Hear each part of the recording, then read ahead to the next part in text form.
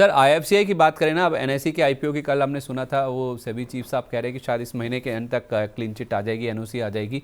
अब आईएफसीआई का direct stake नहीं है सर एनएसई में, लेकिन हाँ SHCIL stock holding corporation of India limited वो एनएसई में अच्छा आईएफसीआई का 52.86% स्टेक है एसएचसीआईएल में, और एसएचसीआईएल का सर एनएसई में 4.4% स्टेक है। तो क्रॉस होल्डिंग है, आप मान के चलिए करीब 2-2.25% के आसपास की आईएफसीआई की एनएसई में, जिस वजह से कल हमने काफ़ी शार्प मूव देखा था।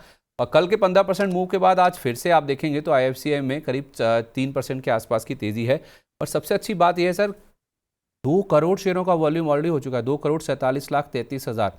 तो ज़बरदस्त एक्शन में है स्टॉक सर। ये जो इतने वॉल्यूम हो रहे हैं, ये क्या इंडिकेट कर रहे हैं, कोई बड़ा मूव आने वाला है? ये आ सकता है सर, ये क्योंकि वो 5-6 लाख करोड़ के मार्केट कैप में एनएससी आएगी। 5 लाख करोड़ या 4 लाख करोड़ भी मान लेते, 4.5 लाख करोड़ के मान ले, उसका 4% अगर मान लें तो आप देखोगे कितना होता है। 5 लाख करोड़ का 4% ऑलमोस्ट 20,000 करोड़ के करीब का बीस पैसा हजार करोड़ बनेगा आईएफसीआई का। पूरी कंपनी सर, आईएफसीआई जो है आज के दिन पे मार्केट कैप है इसका 15,000 करोड़ का। तो अपने पूरे मार्केट कैप का डबल इसको मुनाफा होगा उस एक शेयर होल्डिंग से, जब मार्केट में लिस्टिंग हो जाएगी उसके हिसाब से। ये बेचेंगे नहीं बेचेंगे अलग बात है, पर 20,000 करोड़ के करीब का इनका मार्केट वैल्यूएशन बैठेगा एनएससी का। जैसे आप बोल लो 4% का होल्डिंग अगर आईएफसीआई का है इनडायरेक्टली इनडायरेक्टली उस केस में। एसएचसीआईएल के थ्रू है सर। एसएचसीआईएल का हाँ 4.4% स्टेक है एनएसई में। हाँ भाई, 4.4% आप कैलकुलेट कर लोगे तो 20-22 हजार करोड़ का बैठ रहा है। तो 20-22 से 25,000 करोड़ का अगर होल्डिंग है, और आईएफसीआई जो है 15,000 करोड़ के मार्केट कैप में है, और उसका 55% आईएफसीआई के पास है, तो 10-15 हजार करोड़ का वैल्यू इसका भी बन रहा है। हम्म। तो 10-15 हजार करोड़ अगर काउंट करोगे तो सब मार्केट कैप के बराबर उसका एक एनएससी से आ रहा है, तो पूरी कंपनी फ्री हो गई। आईएफसीआई हम्म। पूरी कंपनी फ्री हो गई है उसके हिसाब से देखें तो। तो फिर सर क्या उम्मीद करके चलें, अगर कंपनी फ्री है मार्केट कैप के बराबर, तो होल्डिंग की वैल्यू है एनएसई में इनडायरेक्टली सही, हाँ तो फिर क्या उम्मीद करें शेयर तो से? सर यहाँ पर शेयर से मुझे लगता है जब तक आईपीओ आएगा ये सर बहुत का डबल भी हो जाए। ओके, तो फिर सर 59 पे भी फ्रेश एंट्री की जा सकती है या हर डिप पे खरीदें? हाई रिस्क ट्रेडर्स के लिए है ये, सबके लिए नहीं है, क्योंकि न्यूज बेस्ड हम बात कर रहे हैं और कैलकुलेशन बेस पे बात कर रहे हैं। हम्म। तो उस केस में हाई रिस्क ट्रेडर जो है वो रिस्क लेना चाहिए, जिसको लेना है ले सकते हैं। इसी भाव में लेना चाहिए। तो मतलब सर अगर एनएसई के आईपीओ का अगर सबसे ज़्यादा फायदा अगर किसी को होगा तो वो आईएफसीआई दिख रहा है। मतलब बीएसई पे तो जो इम्पैक्ट होगा वो होगा, अलग बात है। आईएफसीआई का शेयर यहाँ से 2 गुना हो सकता है, राइट? उसमें वही बता रहा है, अगर आप बोल रहे हो 4.5% इसका होल्डिंग है एनएससी में, तो एनएससी 4.5 लाख करोड़ के करीब का आ रहा है, तो कैलकुलेशन में 25,000 करोड़ बैठ रहा है। और जिस कंपनी का पास इनका होल्डिंग है वो 55% इनका है, राइट। तो वो आधा कर लेंगे तो 12.5-13 हजार करोड़ है, 15,000 करोड़ का पूरा मार्केट कैप में आईएफसीआई मिल रहा है, तो ऑलमोस्ट फ्री हो गई है। पूरा एनएससी का भाव पैसा इसकी मार्केट कैप के बराबर हो गया है, तो ये कंपनी फ्री है इन शॉर्ट। तो उसके हिसाब से अगर बात करें तो ये अच्छा लग रहा है सर।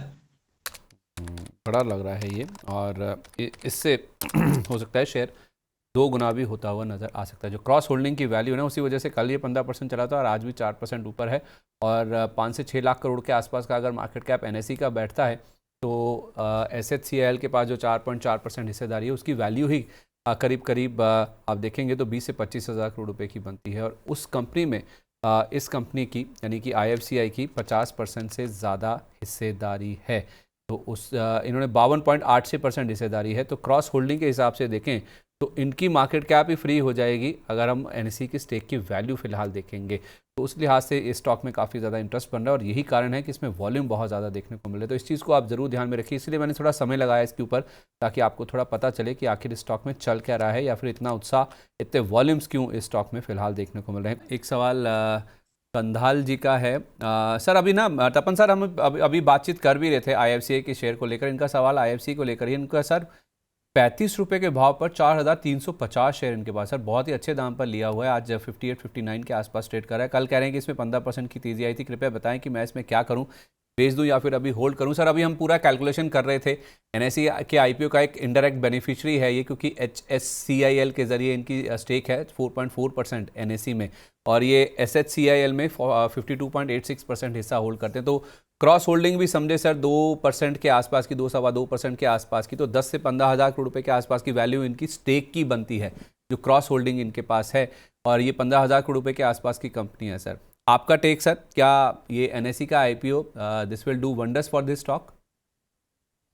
देखिए, मुझे ये स्टेक का पता नहीं था, लेकिन अगर आप बोले कि 15,000 करोड़ है तो बहुत बड़ी अमाउंट हो गई। उनका मार्केट कैप उतना है, तो ऑफ कोर्स ये तो पॉजिटिव है। और लेकिन आज 3% बढ़ा हुआ है। So yes, I think even मैं क्वार्टरली रिजल्ट भी देखूं तो पिछले 3 क्वार्टर ठीक ठाक आए। जो बीच में वॉलेटिलिटी थी, ये कुछ बीच में लॉस में भी जा रहे थे, तो वहां आई थिंक उस तरह से इनको फायदा हो रहा है। और ये जो एक्सेप्शनल गेन होगा वो बहुत बड़ा होगा, क्योंकि अदरवाइज मैं रेवेन्यू देखूं तो रेवेन्यू और वो ऐसा कोई खास जंप नहीं रहा है, काफी स्टेगनेंट रहा है। लेकिन ये जो न्यूज है उसके बेस पे of course I do agree with you. अगर ये न्यूज मटेरियलाइज होती है तो कंपनी के लिए बड़ा विंडफॉल, एक गेन हो सकता है। एंड होल्ड करके रखिए। बस वही सिर्फ स्टॉप लॉस लगा के चलेगा, क्योंकि ये कभी भी रिवर्स भी हो जाए अगर कुछ न्यूज ऊपर नीचे हो गई। But yes, I think fundamental one can hold the stock. इस सिप से तो नींद टूटती है, लेकिन केवल जागना नहीं, आगे भी तो बढ़ना है। उसके लिए चाहिए एक और सिप। हर महीने छोटी छोटी रकम की इंस्टॉलमेंट यानी सिस्टमैटिक इन्वेस्टमेंट प्लान से शुरू कीजिए निवेश। लेकिन पैसे बढ़ाने वाली कौन सी सिप आपके लिए रहेगी अच्छी? म्यूचुअल फंड सिप से जुड़े हर सवाल का जवाब मेरी सिप मेरा सवाल। सोमवार से शुक्रवार 4 बजे मिलेंगे हम सिर्फ मनी 9 पर।